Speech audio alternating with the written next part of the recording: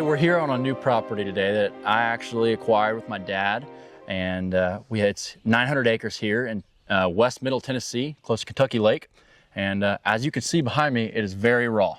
And you know, we were actually looking for that when we were looking for properties, a piece of raw property that maybe we get at for a little bit cheaper of a price and get more acreage to work with, but more so getting a pencil on a blank canvas. Sure. And you know, behind us is a spot I'm really excited about, and where a lot of people may just see some pines, I actually see a future food plot and shooting a big buck right here with the bow in this pinch right here. So we're super excited about it. I'm going to kind of walk you through, take you through the process of turning, kind of using the Tecomate system, turning a piece of raw property and create some good habitat for the deer and the turkeys. Well, absolutely. Well, essentially what you can see here is pine plantation, and then there's spots where there's a lot of hardwoods down in the bottoms and the draws.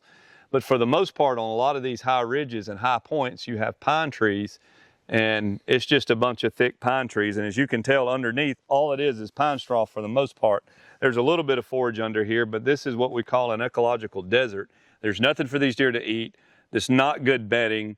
You know, it's just wide open through here, so it's just a bunch of nothing. So you have to do something about that. So first and foremost, what we've got to work in is getting some better road systems in here. Yep. There's a little bit of a trail that's in here, but we got to work on that. We got to get some secondary roads put in. And I think mostly we can use a mulching head, a skid steer with the mulcher on it, can do a lot of that. Now this particular area here, we could probably log this. It's all probably pulpwood, maybe some chip and saw at best. But, and I hate to say this, if you can just get them to come in here and cut it and remove it, you're better off. But I think you can make some money off of it too. You're not gonna make much. Pine pulpwood is not much in the South anymore. In some places in Georgia, you can get a little bit off of it, but just the market is just so flooded with it, you're not gonna get much out of it. But you need to remove these stems. Right. So might as well get paid what you can for get what instead of paying $1,000 an acre. 100%, 100%. So get exactly what you can off of it on the logging, and then you can come in here and clear it up, grind the stumps, remove them the best you can, and then get in here and plant it. And then what you can do on some of the other in this pine area, you can go in and do some patch clear cutting to put sunlight down on the floor, or you can just do a hard thinning. Try to get that basal area down to about a 40, 50, something like that. If you really want to stretch it to 30, that's not a lot, but it's somewhere between that 30 and 60 being the very, very high end, 30 being more the lower end. That's the kind of end of the spectrum that you need to get sunlight onto the ground.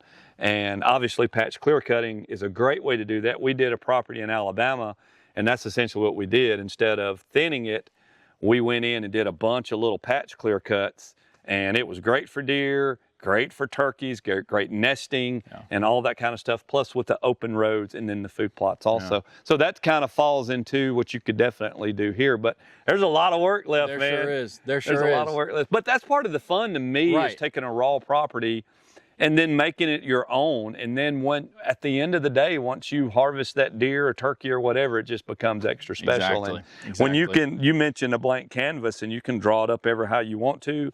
You know, if you're primarily bow hunting, you can design the food plots for bow hunting. If you want to gun hunt, you can do that for that. Or if you're trying to do both, all right, I want to manipulate this particular area where I can slip in and bow hunt or rifle hunt or whatever you're wanting to do. And then you can do that when it's like this. And you mentioned it too, is not having a vision for what's here. You got to have a vision, you know.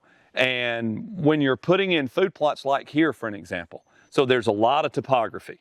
There's a lot of ridges and there's a lot of bottoms. Well, this is one of the flattest pieces that I've seen since we've been, you know, driving around. So this flat area right here is what you're wanting to do and try to put your food plots. And you can put them in some, you know, rolling hills and you can get away with it. But the flatter it is, the better success you'll have in food plots. Yeah, right here, you know, if you look out back behind us, we got about 8 acres of real flat ground out here that if we could get a destination plot in there, maybe that's your gun hunting stand. Maybe that's where your deer are congregated at night. And then we slip back up in here and maybe we put an acre or 3/4 acre bow hunting plot and catch them on the way out to the destination food. But you can do it as many ways as you can do it in so many different ways, just whatever you're comfortable with. And then bow hunting, what I learned in bow hunting, I used to guide bow hunts, and that's all we did. we actually had a lot of success in the big food plots, but we would create little pinch points. We would create little areas where, well, I know they're coming out of here, so let's manipulate this area where we could slip in and get up. And even with the planting, we can do a screen line, and there's a lot of different things you can do, but you do what you think that works for you. That's right. And go from there. First of all, we got to remove some of these stems, both for food plots, both for roads, and obviously for habitat. So that's what we got right now on tap. So we're finna go look at some more ground and see what we need to do. Let's go.